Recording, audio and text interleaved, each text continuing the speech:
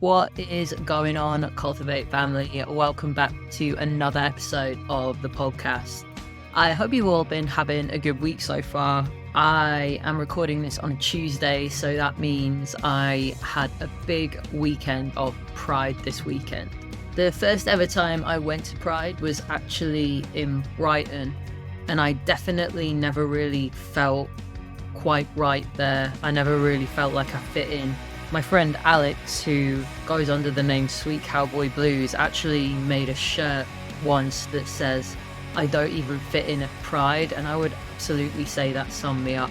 But over the years, I discovered trans pride, and that definitely felt a lot more me.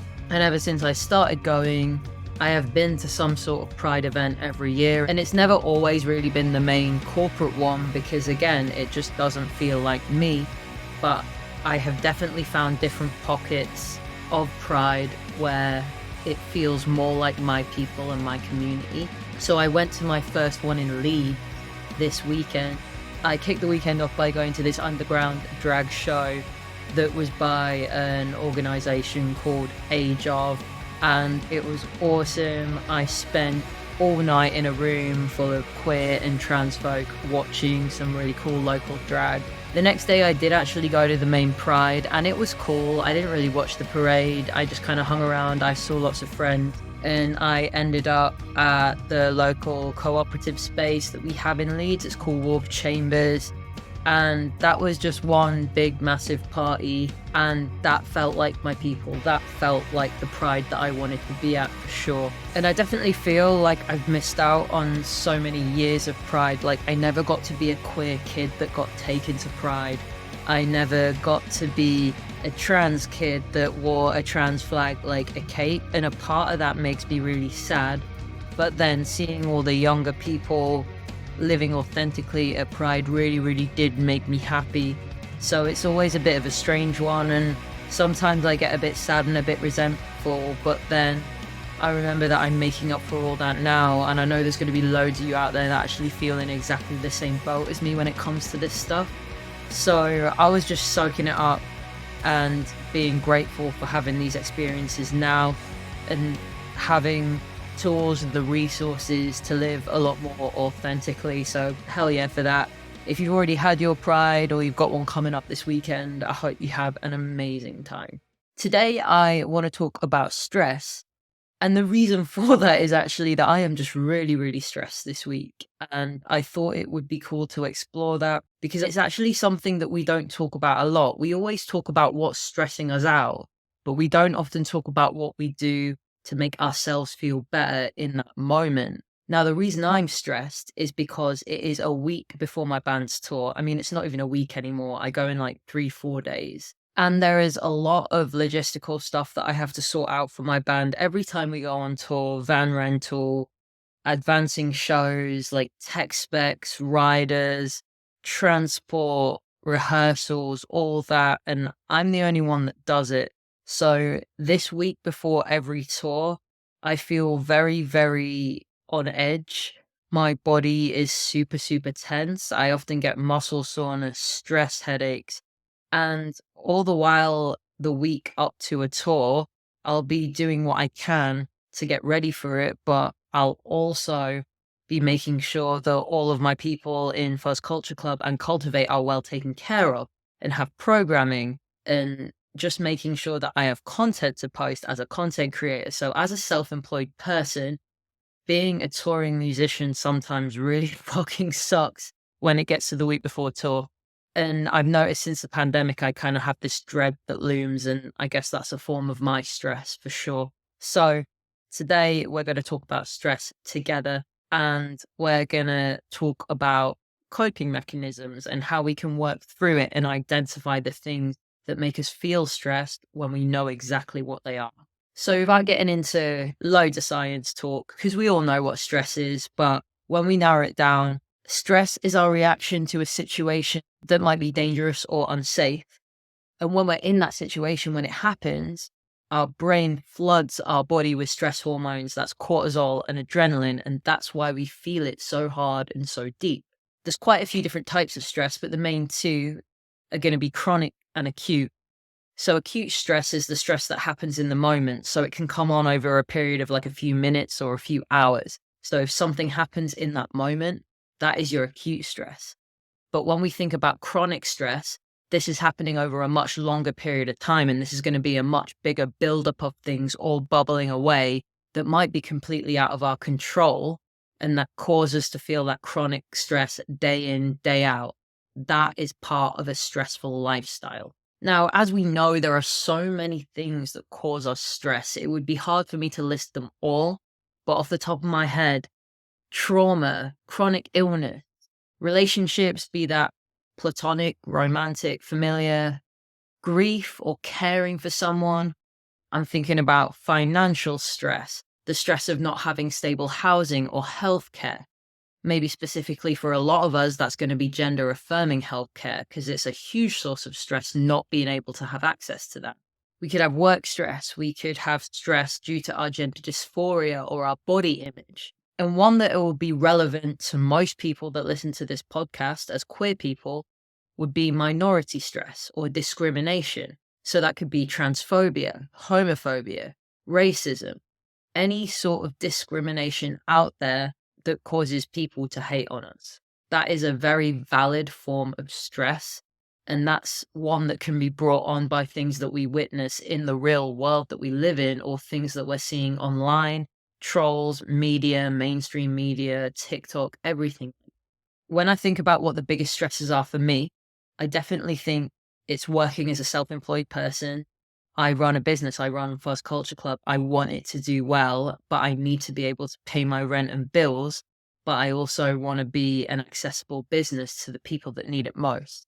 So another big source of that stress on the back of work is often money, being able to pay my bills on time and not knowing whether 10 clients could leave tomorrow and no more could sign up. And then what will I do? The last couple of big stresses for me are going to be transphobia and the emotional labor that often comes with being a content creator.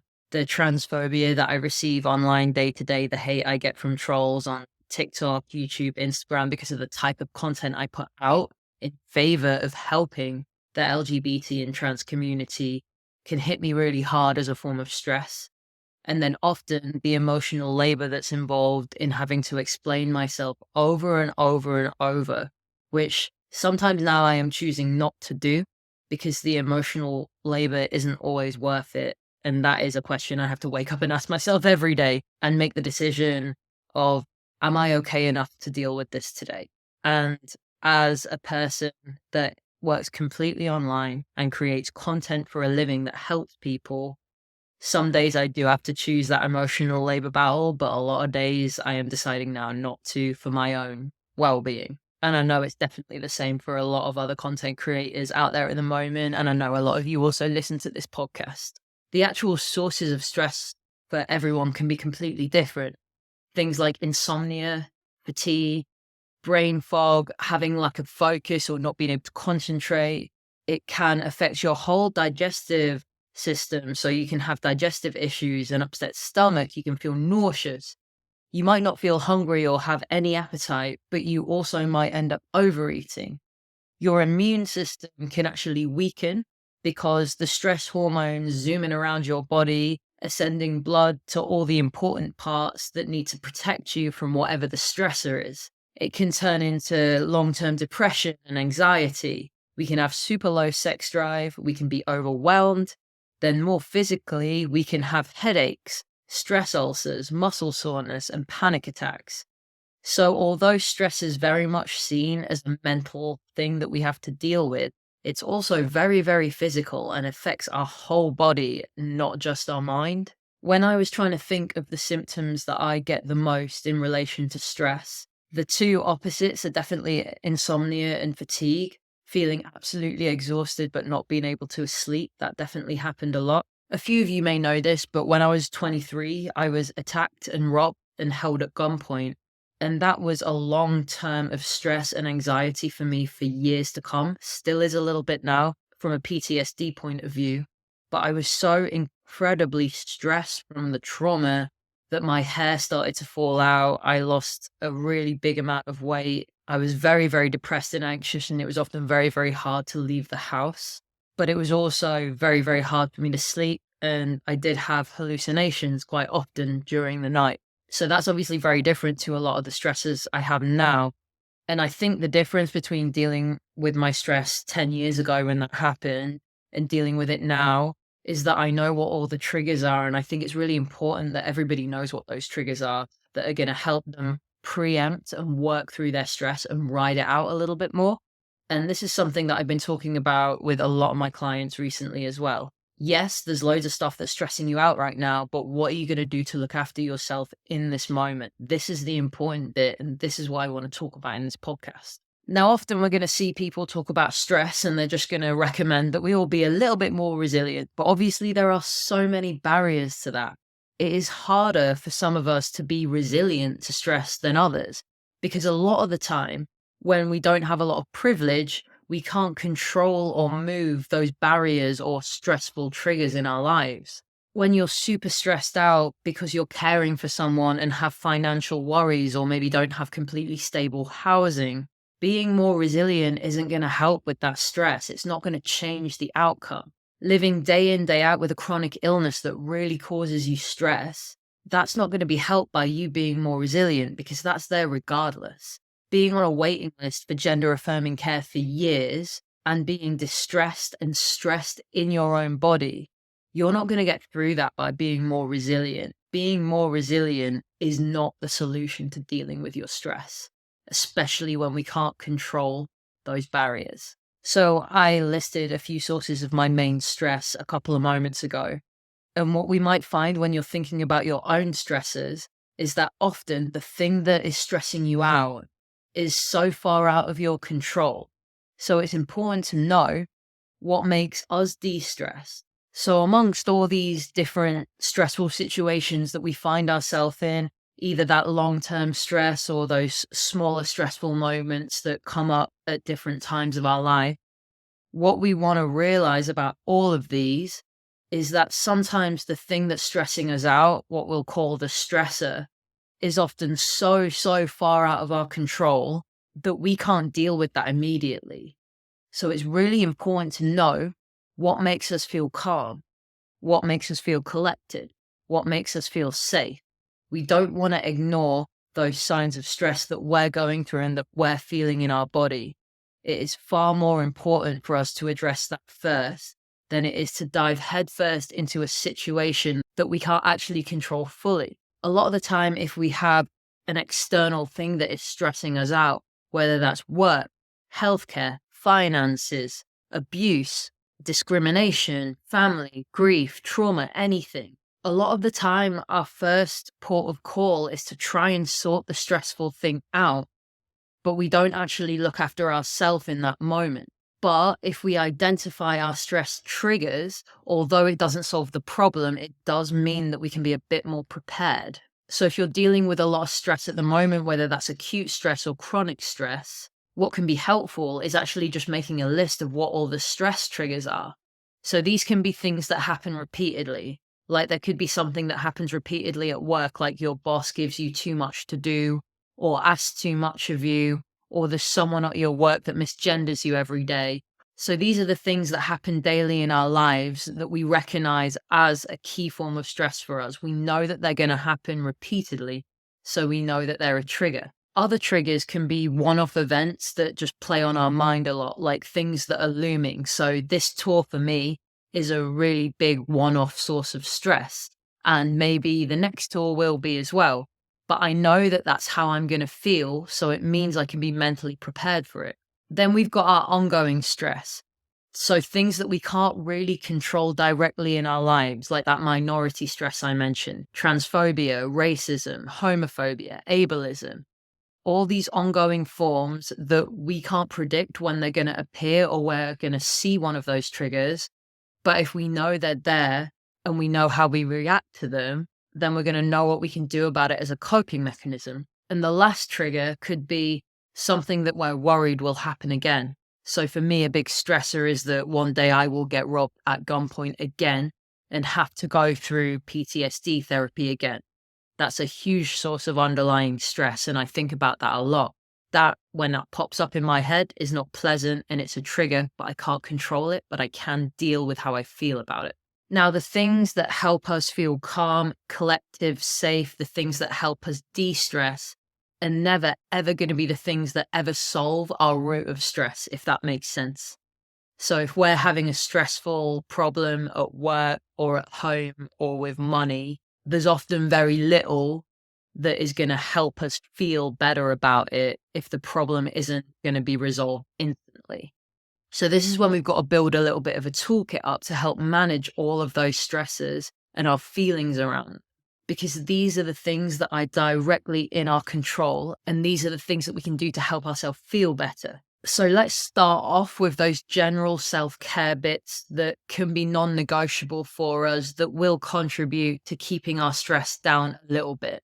So things like basic nutrition, plenty of protein, whole foods, carbs, fun foods, lots of variety, plenty of water and staying hydrated. Little things like showering and brushing your teeth and doing skincare. All of these things can completely fall off when you feel stressed and you're in that fight or flight mode. So making them non-negotiable and making them intentional can be really handy. Things like having a solid routine, limiting your screen time, having set wind down times in the evening, especially if your job is particularly stressful, that wind down is going to be so important. So these are all the general self-care bits that we can all do that are directly in our control. But let's go into it a bit further and let's look at movement and let's look at breathing. So the reason exercise is such a good way to de-stress is because the movement forces you to breathe deeply, and that's going to calm our central nervous system. So if you're at the gym and you're doing cardio or you're lifting heavy weights or you're taking a class, you're going to be breathing so much deeper, and that's going to cause your stress levels to go down. What it's also going to do is shift the focus from the thing that's stressing you out to your breath and to your performance of that movement. And lastly, movement is within your control. So you having some sort of control around moving your body when your stress hormones are high is going to be really handy for you feeling like you're regaining control. Now, breath work is obviously talked about a lot as something that can de-stress you, to the point where I think a lot of us almost doubt whether it actually even works. And all the evidence shows that it does work, but it's just not that easy for all of us. So your different types of breath work are going to be like guided and unguided meditation, but then it can also literally just be breathing. It can just be taking some deep breaths. We don't have to make it fancy. So one of the ones I like quite a lot for that is box breathing, where we breathe in for a count of like 3 or 4 seconds, hold that breath for 3 or 4 seconds, let it go for 3 or 4 seconds, and start the whole thing again. So we're essentially taking lots of little pauses when we breathe in, hold, breathe out, and hold. But other forms of breath work could be yoga, Pilates, or mobility, or stretching. All of these activities focus your mind on controlling your breathing. And once again, that control is going to be super important for us managing our stress. So if meditation isn't for you, there's definitely lots of other ways to do it. I've really been enjoying the Pliability app recently for mobility because it's a very chill app and it really encourages deep breathing. The music is super, super chill. I'm not like affiliated with them in any way. I've realized that I am not a person that can sit and meditate. My brain is mental, and although I take medication to calm it, I cannot sit still very often. So if I'm doing mobility or flexibility work, combining that with some chill music and some breath work, that's actually a really good de-stressor for me that I'd never realized before. So it's definitely worth exploring all of these things and just finding out what works best for you. I think one of the most underrated forms of things that can de-stress you is dancing. And this sounds really, really silly, but I don't know if there's many Grey's Anatomy fans on here. But if there is, you'll remember that in quite a few of the episodes, Meredith and Christina basically do something where they put music on and they dance it out when they're in a bit of a bind, a tough situation, a stressful situation. And I have done that in my kitchen countless times, sometimes with my partner, sometimes by myself. And again, it forces you to breathe deeply. You're doing something that's within your control. and you're shifting the focus to something else. And that's going to give you endorphins and it's going to turn that adrenaline into something else. Now, this isn't me telling you all to start dancing around your kitchen, but just Google Dance It Out Grey's Anatomy, and they put a Tegan and Sarah song on and they dance it out in an encore room, and everything seems slightly less stressful afterwards. And I never thought that would have been a thing, but it is very valid. So although we don't want to run from our stress, one thing that is going to be really helpful in keeping yourself feeling grounded and feeling calm is going to be doing something that makes you feel good. So I'm talking about hobbies here that aren't work related and that aren't movement related, because we can't be moving 24/7 as much as a lot of us would probably want to, because we're going to be exhausted. So when we think of hobbies and stuff that can make us feel chill and de-stress us, a lot of my clients like to do things like drawing or reading or crafting. And there's a lot to be said for doing something with your hands. I'm definitely not going to be someone that could sit down and draw myself, because I used to do that as a job as an illustrator. But playing music or recording music or writing songs is definitely a huge one for me, even if they don't go anywhere, even if they don't make it onto a Cult Dreams record or a Louis record. The act of doing it grounds me and makes me feel calm. And I know people have exactly the same feeling when they're drawing or coloring or crafting or making something, because again, we're shifting the focus and just doing something within our control. Time outside can also be a great one if you have access to that. So things like gardening, or if you don't have a garden, taking care of plants. That is a form of self-care. And again, it's a very nice and calming one. Looking after something, watching it grow, watching it thrive. And then the last one is going to be things like gaming, whether that's actual board games or puzzles or actually getting a console and smashing out an hour on Animal Crossing or Call of Duty. I mean, those are quite the contrast, but whatever works for you, these are all valid forms of helping you de-stress. And that isn't you running from the problem. That's you taking care of your feelings and doing something that makes you feel good and safe. And let me come back to Grey's Anatomy for a second. I haven't talked about it on a podcast yet, and now I've done it twice. I'm going to have to do a full episode related to Grey's Anatomy, really, aren't I? But a lot of us have comfort TV shows or comfort albums or music that makes us feel good. And I was once told by my therapist that the repetition of me watching the same show over and over again, it was security. And because our stress makes us feel unsafe a lot of the time, whether we recognize that or not, that flight or fight response, watching that comfort TV show or comfort movie, and you know the bit that makes you want to cry or laugh or well up, that is comforting. And that in itself is a really, really valid de-stressor. All right, that is the last time I talk about Grey's Anatomy now for this episode, I promise. So the last couple of bits I want to touch upon. The first one is going to be socializing. Now, when we're really stressed, the last thing we might want to do is leave the house and see other people or do anything with anyone, because we feel so in our head and so het up and so stressed and anxious.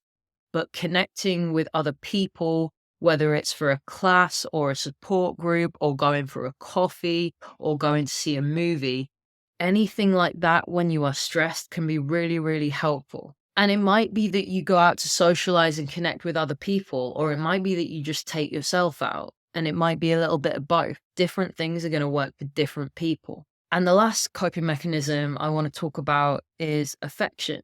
So the evidence shows that kissing someone for a full 6 seconds can be enough to lower your stress levels, or being hugged and hugging someone back for 20 seconds can be enough to lower your stress levels. And the reasoning with the research behind that is that you're not going to kiss someone that you really hate for 6 seconds, because why would you do that?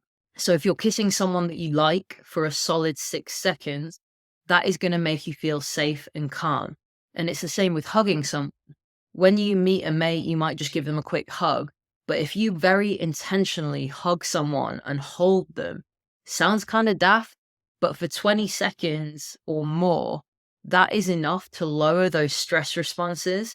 So if you are feeling stressed right now and you're like on the way to work, or you're on the way home from work, or on the way to somewhere on transport, and you're feeling stressed, whoever is waiting for you at the other end, hug them for 20 seconds, consensually, of course, or kiss them for 6 seconds, and pay attention to how it makes you feel. Because after I heard this, I tried it, and it 100% is a valid thing. Because when you make that amount of time intentional, you realize how little time you actually spend hugging someone or kissing someone in the first place. Now, obviously, we can't go around kissing everybody for 6 seconds to feel de-stressed, but if that's an option for you and it's a consensual one, then try it. There's also a huge amount of evidence to show that sex and orgasms are a really, really good way to de-stress as well. So affection in general can be really, really handy in terms of making you de-stress. So that's a solid list of options for you there. And not all of them are going to work for everyone, but it is really important that you know what works for you. When I'm thinking about the things that work for me that I definitely need to do this week, one of them is going to be watching that comfort TV show. I won't say which one because I've already told you that I wouldn't mention it again. The other one is going to be getting outside with the dog. Again, mentioning pets in relation to stress. Loads of evidence showing that having a pet and caring for a pet and being able to stroke a dog or cuddle your cat is a very, very valid form of stress release. Not saying to go out and buy a pet, but these things can all help, and spending time with them can help. So before I leave you today, my last few tips for you in terms of managing your stress. Once you've dealt with your feelings and you've got your toolkit of coping mechanisms and stuff that makes you feel calm and safe and grounded, just make sure that you're organizing your time. You're setting boundaries and you're not trying to take way too much on. Remember the episode I did about overcommitting? Take as many breaks as you need to, ask for help if you need it, and compartmentalize things if that's helpful. Make lots of lists. Take everything in your stride. And if there's stuff that you can't get done today because it's going to send you to your stress breaking point, then that's a sign that you may need to take a step back, look after you first, then approach that stressor again tomorrow. We as humans, and especially as queer people, can be very, very resilient at the best of times, but we aren't superhuman and we can't be resilient to every little stressor in our lives. So it's really important that we all know how to look after ourselves and manage our stress day to day. So if you take anything from this today, please let it be that you know what your stress triggers are and that you know what helps you feel good, de-stress, and feel calm. I've got a couple more guests for you in the coming weeks that I'm super, super excited about, as I keep saying every episode, but I promise it is true. If you are working through a lot of stress at the moment, I really hope this has been helpful. As always, my DMs are open, and I hope you have an awesome rest of your week. Cultiv8 family, signing out. I'll see you in the next one.